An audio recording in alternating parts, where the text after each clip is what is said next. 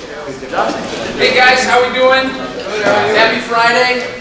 Friday before spring break. So I really just want to first thank you all for coming out here today. Cohort conversation here at the end of April. Humanities, those of you who are part of the Humanities, thank you.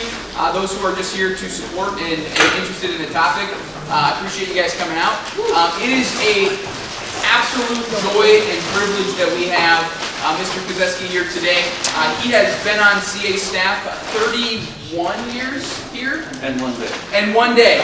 And so just the sheer knowledge and the, as a history teacher here, I think you will really enjoy kind of what he has to say. So I'm going to turn it over so I don't steal all of his thunder. But would you just give me a welcome?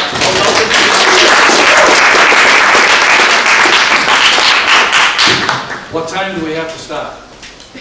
20 after you have about 30 minutes, and then 30, and then about 2 minutes for questions. How about 3 hours? 3 hours is good. Yeah, we're good. I don't know if you realize this, but the room you are now sitting in was at one time the library. We had a library back then? Yes, we had books back then, and this was the library. And then it's turned into a bunch of things since then. But before we start, we have to get something out of the way. We have 3 hats here from history. Somebody has to wear these while I'm talking. This was actually General Grant's hat. I picked it up at Gettysburg. If you think that's true, you got a problem. Grant wasn't at Gettysburg.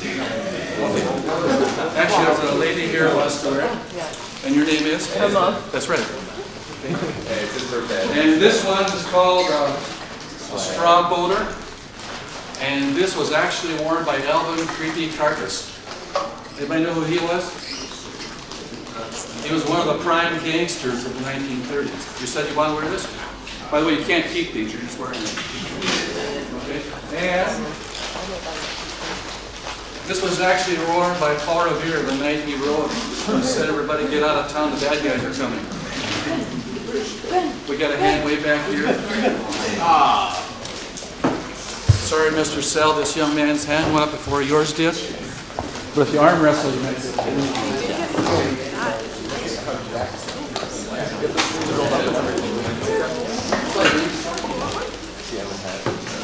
Well, I want to zero in on, first of all, I was told that to tell the story of how I got to be a history teacher in the first place.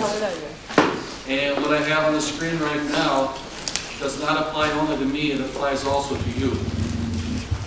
God has a plan for every single person in this room. And many of you may think you know what that plan is. And you might be right, but my guess is you're wrong. Because God has a sense of humor, and He likes to take us in directions and places we don't know we're going to go. I never dreamt when I was in 9th, 10th, 11th, 12th grade, I never dreamt that I'd be doing this. And God took me in places that I want to show you the direction in which He took me. So I want you to keep this in mind the whole time. God has a plan for you too. And one of your assignments is to figure out what talents God has given you and how you are to use those talents to get out the good news of Jesus' birth, death, and resurrection to make the world a better place. That is your assignment. And it's kind of a big one, isn't it? So I want to show you the route that God used to get me where I am today. I grew up in Austin, Minnesota, home of the Hormel plant and Spam. And we had a small Lutheran grade school there, Holy Cross. That is the whole building that you see right there. It was a one-room schoolhouse in town. There were 23 kids in the school, K to 6. There were 3 in my class, meaning Denny and Dave. And by that time, I had had 3 really important parochial school teachers who planted in me some seeds that I didn't know were there. I did not realize that He was using those teachers to help get on a path to work in His church. This is the day I graduated from 6th grade, 1958. And that's the whole building right there. What you see is a tiny part of our softball diamond. Left field was in the street, right field was in the street, and center field had a telephone pole. But how many people could hit? By the way, I was the fastest in the school when I was in 6th grade, out of 23 kids. If you have a question, stop me anywhere on the way. I don't mind. I might know the answer. Then God took me to Concordia Academy. The original Concordia Academy, as you may know, was a boarding school for boys on the Concordia College campus in St. Paul. So I lived in a dorm with about 180 other fellows, 9th through 12th grade. In our freshman year, freshmen had to live with a senior in the dorm. And the senior I'm with there is a guy named Dave Casperson. He became the pastor. And the fellow on the left, is it the left? No, right, is related to somebody in this room. Anybody know in this room who you are, that you're related to him? Is it you? Oh, I know it's not. No, it's not you. Definitely not you. This man right here. You share DNA with the guy on the right. Really? Look at He it. doesn't know who it is. History of the beaker. What's your mom's name? Very good. That's her uncle. That's your mother's uncle. So how's he related to his mother's uncle? That's your great uncle. Dave Brown. He lives in California now. 2 weeks before homecoming, freshmen had to wear a beanie. We had to wear it every day, every class. We had to take it off during chapel, which was every day. 2 fingers above the eyebrow. And if we lost the homecoming game, we had to wear it another week. But that was okay. And all year long, there were things we had to do for the seniors. That's part of what Concordia Academy was. But what I did not know at the time is while I was living there with these fellows, making good friends, God was still planting more seeds in me to be a worker in this church. Part of my experience at Concordia was singing what they call the Glee Club. I know some of you are going on a choir tour starting tomorrow. We went on a tour for 10 days every spring, somewhere around the country. And this was the group that year. Let's see. There might be another person in there that this young man here is related to. Oh yes, I see him right now. Come on, where's my laser? My laser. The tall guy way up on top, the tallest guy in the middle, he's also your great uncle. Really. Now, when we went on tour, I know you guys were going to stay in hotels, right? We had to stay in people's homes. People volunteered to take us in for the night, 2 or 3 of us at a time. And what that experience taught us was how to have a meaningful conversation with complete strangers. We learned how to be friendly to people that we did not know, and they were usually friendly to us. And plus the experience there, we learned music that to this day I cannot get the words out of my head. That's part of what being in a religious choir helps with also. These 2 teachers I had in high school had a great impression on me. The fellow on the left is Professor Paul W. Storr. By the time I got there, he'd been there about 40 years. And I had him for biology and chemistry. He taught us how to be observant.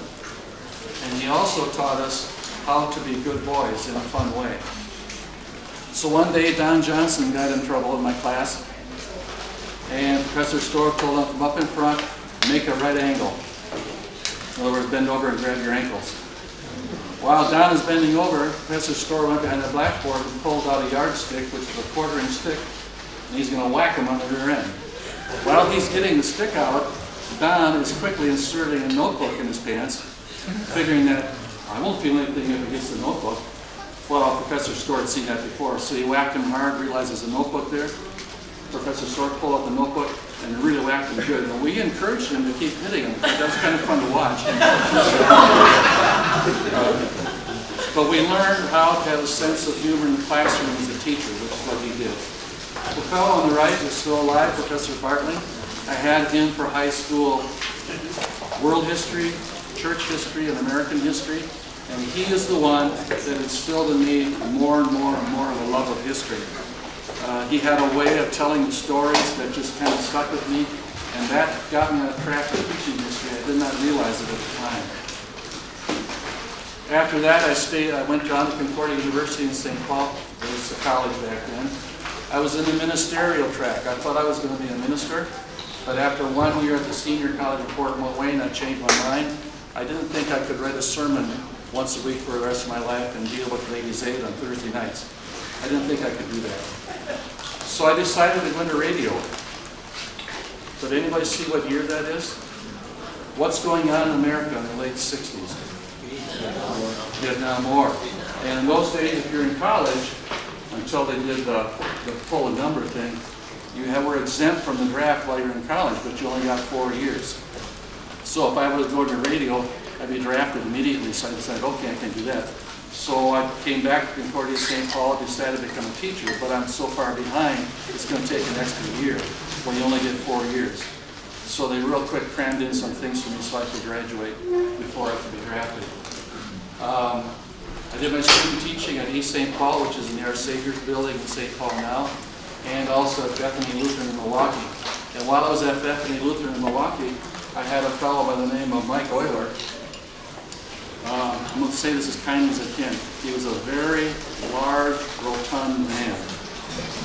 He had a boy in his class in 4th grade, Ricky, who was a terrible speller. And Mr. Euler told Ricky, if you ever get them all right, I will stand on my head on my desk. The last day I was there, Ricky got an A in the spelling test, and Mr. Euler, the very large, rotund man, actually stood on his head on the desk, and the kids went crazy. And also the last day he told me, he says, when you're out teaching, he said, the very first week, you better spank somebody by Friday. That's what he actually said. Spank somebody by Friday. That'll set the tone for the rest of the year. Well, I thought, this is crazy. But once I started teaching, I understood what he was saying. You got to establish something right away. But I didn't have to go that route. Sadly, about a year or two after I had him, he had another student teacher, and they were driving on the road in Milwaukee, and they hit a dump truck, and they were both killed. But he was a good fellow. My wife and I, we met at college. We were both teachers. We were assigned to the Lutheran School in Topeka, Kansas. And this is my very first class, 4th grade. 36 of them in a basement room. And I think that my laser pointer were working. But, oh, there. See that guy right there? That's Paul. Very first day of class, before school started, I'm sitting at my desk, doing something, and I look up, and there's Paul standing there with his mother. They both are kind of mean, crusty-looking characters. Paul, I was scared. Paul is looking at the floor, and his mother says to me, this is Paul. This is his 2nd year in 4th grade. You can spank him anytime you want. That's what she said. You can spank him anytime you want, anytime he needs it. Of course, Paul's kind of standing there figuring, well, it's going to start today. I did not have to do that. It turned out to be okay after all.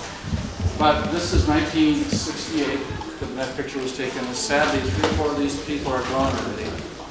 And the lesson I learned early on as a teacher is I don't know how long, I don't know how to say this, how long these young people are going to live.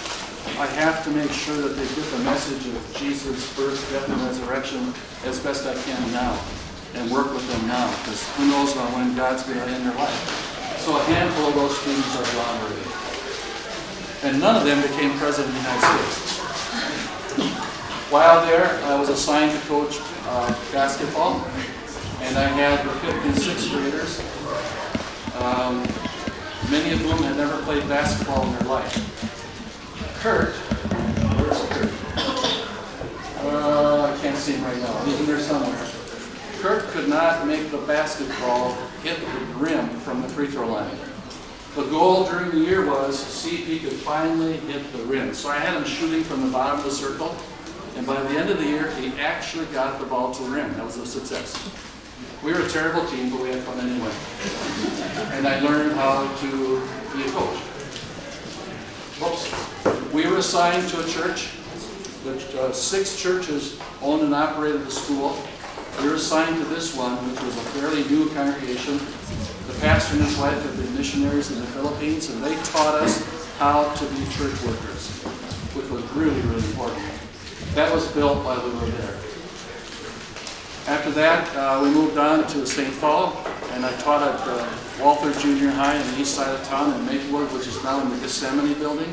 Anybody here from Gethsemane and Maplewood? We got one here? Okay. With Mr. Revor? Never heard of him. And so that was on the far end of the building. That was a junior high, 7th, 8th, and 9th grade. And I was one of the coaches for football there. We weren't very good at that either. But that was a good experience being there. I learned how to deal with junior high youngsters.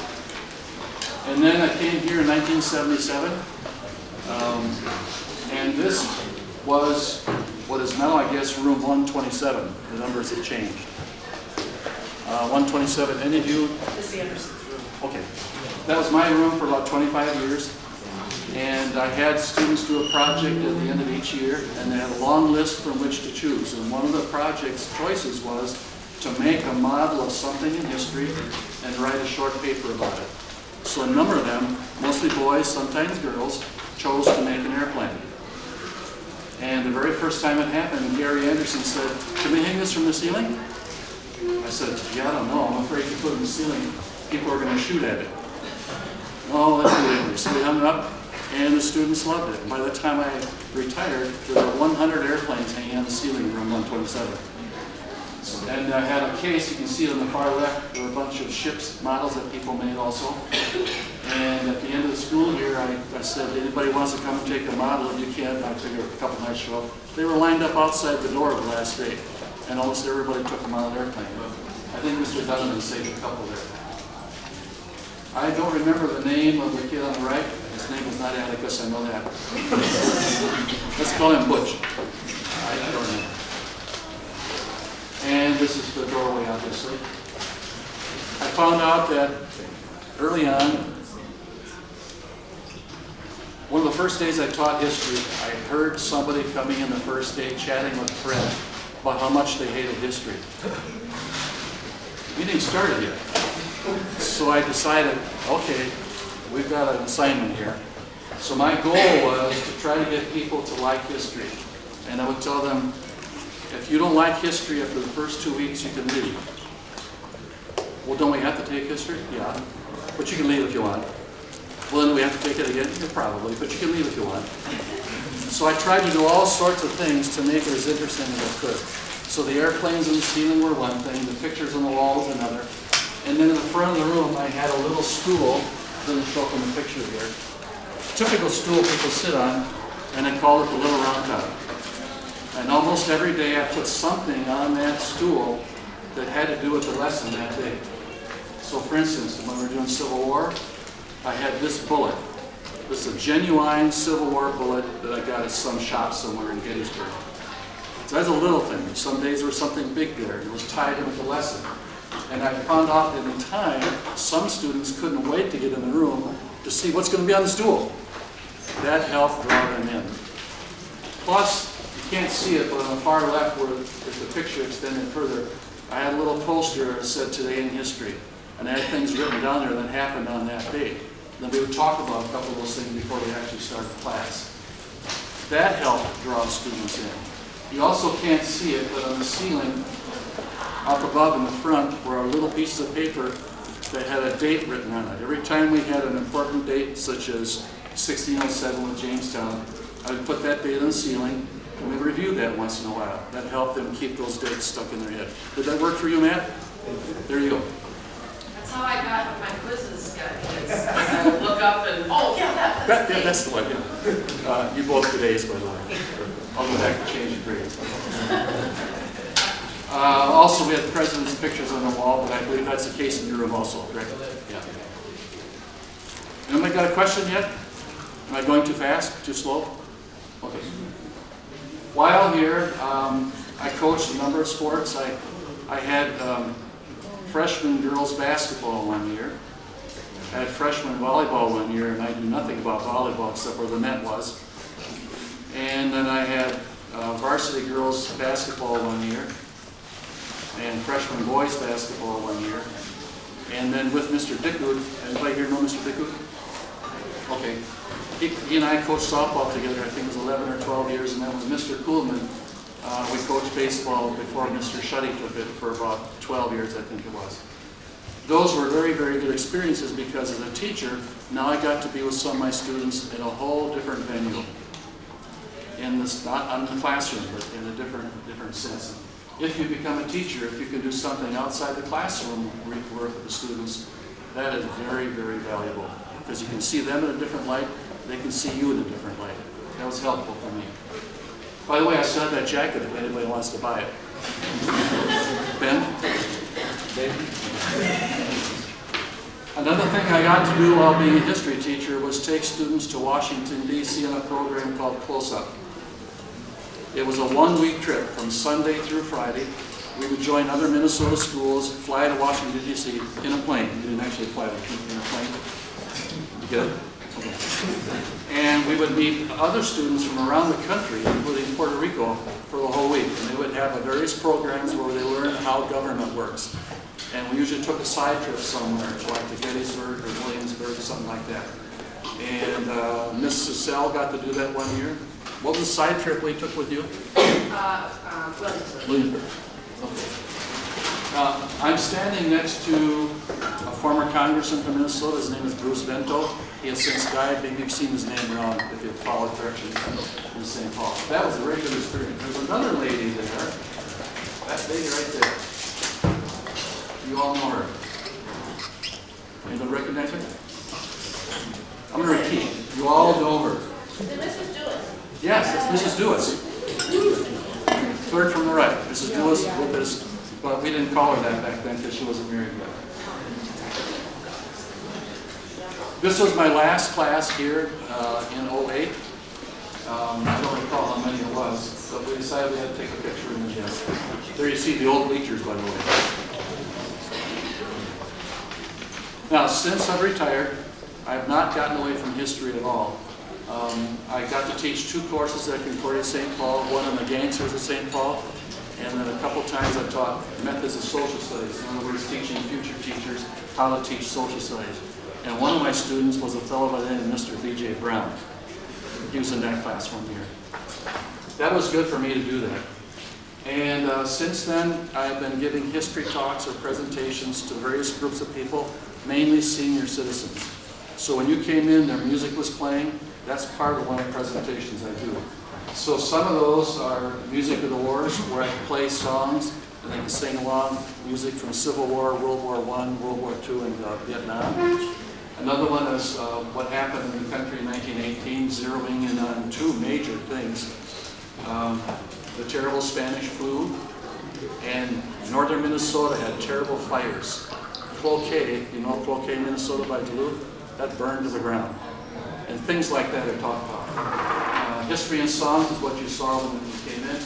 I have another one called Veterans Who Became Celebrities. Veterans who later on became popular names. And one name that you might know if you follow movies, a guy by the name of Jimmy Stewart. Anybody know who he was? Jimmy Stewart? Somebody say yes. Yes. Okay, he became a very famous actor, but in World War II, he was a bomber pilot, a major league bomber pilot. If you've heard of Ted Williams, a famous baseball player, he was a pilot in World War II. And the list goes on and on and on and on. It's kind of fun to talk about things like that. And then I have another one called Famous and Not So Famous Minnesotans in History. A lot of very important people have come out of Minnesota. And the famous one, of course, is Hubert Humphrey, who almost became president in '68. And I have a long list of things like that I do now. Talking to people who want to hear more about history. It's kind of fun.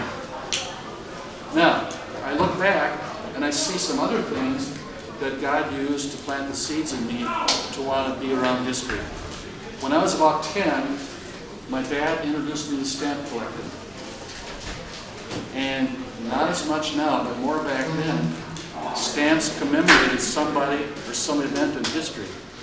So for instance, here's one that commemorated Abe Lincoln when postage cost only 3 cents. That was last century, by the way. There's one about Gettysburg. Notice the date, 1963, that's the centennial of the battle.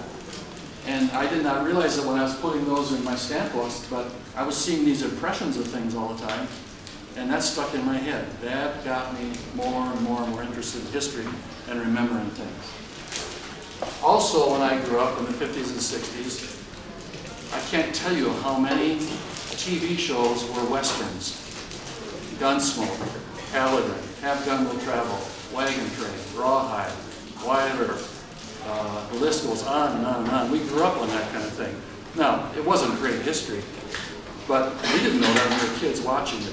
And that got me more and more interested in history all the time. There was another program that CBS put on, I think it was on Sunday nights, called You Are There, where they would go to some event in history and reenact it, and then bring a reporter in like it's today. Then the reporter would talk to these guys about what's going on, just like you would see people doing the news today. That got me interested more and more about what happened in the past. And so we had a lot of shows like that on TV in those days. That really helped me. I think it helped me get going. I didn't realize it at the time. Okay, that's how I got where I am. Now, how do you get where you want to go, where God wants to take you? And that's a challenge, isn't it? So, I found out, for me, if I see things, I remember them better. That's one reason I had all those things in the classroom for the students. If they weren't looking at me, they weren't paying attention, they saw something, it might stick in their head. And I think that helped in the long run.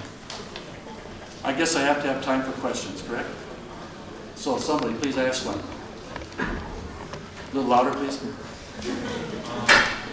What's your favorite history or favorite part of history education? Oh, I was hoping you wouldn't ask that. Did you hear what he asked? Did you hear him back there? That's a tough one. My favorite part of history. I've always liked the Civil War. I still do. But more and more, I'm more and more interested in World War I and the times of the Great Depression. Because there's something about those times that kind of shaped people, and what we don't realize so much today is we are what we are today because of those kinds of things that happened a long time ago. So that reminds me, I'm glad you brought that up. What's your name, Annie? Cyrus. I would highly encourage you, please do this. If your grandparents are still alive, or even great-grandparents, or another elderly person that you might know, sit down with them sometime and pick their brains about what life was like when they were your age or younger. You have to do that, because when they're gone, if they didn't write it down, those memories are gone. So I would encourage you to talk to them and or take notes, or encourage your grandparents to write down their stories. And they'll say things like, oh, that wasn't, yes it was. Get them to write it down. One example, there's a friend of my family, he lives in Austin, Minnesota. He's like 95 right now. And he was on the USS Pennsylvania in World War II. I was visiting him a couple of years ago, and I started picking his brain about that, and he was telling me things I did not know, and I said, Norm, you got to write this down. He said, nah. Well, a week later, I get a letter in the mail. He did write it all down. He'd never told his young children, my age, that story, so I typed it up real quick, and I sent it to them in emails, and they couldn't believe it. The stuff he went through on the USS Pennsylvania. So I would encourage you people, get your grandparents to talk and somehow record what they're saying, because again, it'll be gone when they're gone. That's a good question. Another one. Don't you want to know something about Mr. Kuhlman? Oh, I'm sorry, go ahead. What was your favorite class to teach? By class, you mean subject? Yeah. Or, yeah. Well, while here, since I was in social studies, I taught economics, geography, psychology, world history, American history, AP history. Did I say government? Government. I think in the long run, what I enjoyed the most was the history classes. But with psychology, are you taking psychology right now, anybody? Are you? I was able to, for instance, when we get on a certain topic, I would bring in a speaker from the outside. So for instance, when we did the section on babies, infancy, I would bring in a baby. And one of the babies that came in was Mr. Fritz's young Emma. Or was it Martha? Emma would have been a better study. But he and Mrs. Fritz brought the baby in one day in front of the class, and we asked them questions about what it's like to raise a baby, what's this little thing like, how's this baby changing. And as I recall, she didn't need her diaper changed while she was there. I thought it was a good thing. But and when we got on the part about addictions. I brought in somebody from Alcoholics Anonymous, and they would talk about what that was like. That was fun doing that. I enjoyed that a lot. But in the long run, I think I enjoyed history the most. Your name is? Seth. That's right. Another question, please? How much time we have? We have about 4 minutes. 4 minutes. Okay, come on. What do you think, I don't know, shifted us like from not a willpower to a willpower? Say it again now. Like exactly at what point do you think America shifted from not being a willpower to being one? From not being a world power to being World War II. Okay, but like a certain point during the war or just? A certain point during the war. Yeah. I don't know if you can pin it, I'm not an expert now, I don't know if you can pin it on a certain thing, but because of the war, all of a sudden our industry just ramped up. They stopped making cars. They stopped making all sorts of things like that. Now they're making planes and trucks and jeeps and the like. And that really turned the country into an industrial power just to make sure they were turning out like a ship every week, something like that. And I think that was a major shift. Plus, so many guys were gone to the war. Well, who's going to make all these things? So we get the women in there, Rosie the Riveter. So now the men come back, and Rosie doesn't want to go back home. So the whole workforce kind of changed too. And also, that made a major shift in our racism. Because before World War II started, African Americans were not allowed to do certain things. And it took World War II to get that to start to change more. Plus Jackie Robinson in baseball at 47 that helped out also. World War II was a major, major turning point. Somebody else? Yes, sir. How good was the baseball team you guys were? How good was our baseball team? Boy, I can't remember records that well, but one year we got to, I can't recall how far it was, really close to getting the regions. I think we were 1 game away. There were a lot of good baseball teams in our, the whole section was designed differently than it is now. But we had some good players. And probably the best pitcher we had while I was playing, coaching, a 1993 grad named Tony Felling. He ended up pitching for the Gophers. He was a reliever. I got to think who else. But probably 93, 94, 95, there's someone really, really good. Do we have a McCann in here? No, I was not in here. Because Ted McCann was on that team too, and he was one of the better players. But do we have anybody else related to somebody who played baseball here? Well, your father, for people, sit there. His father was an outstanding hitter, but Mrs. Sell's brother has the hitting record that Mr. Sell almost passed, but not quite. It's a shame. Another question, please. Yes, sir. Who was your favorite president? My favorite president? Oh, boy.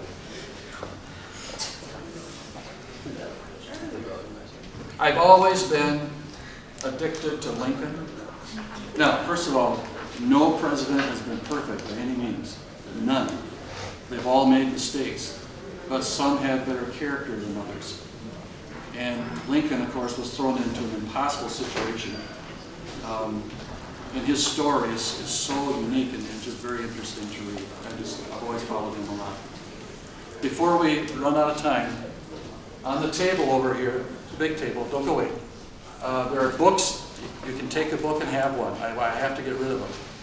But the 11th commandment says, thou shalt not throw a book away.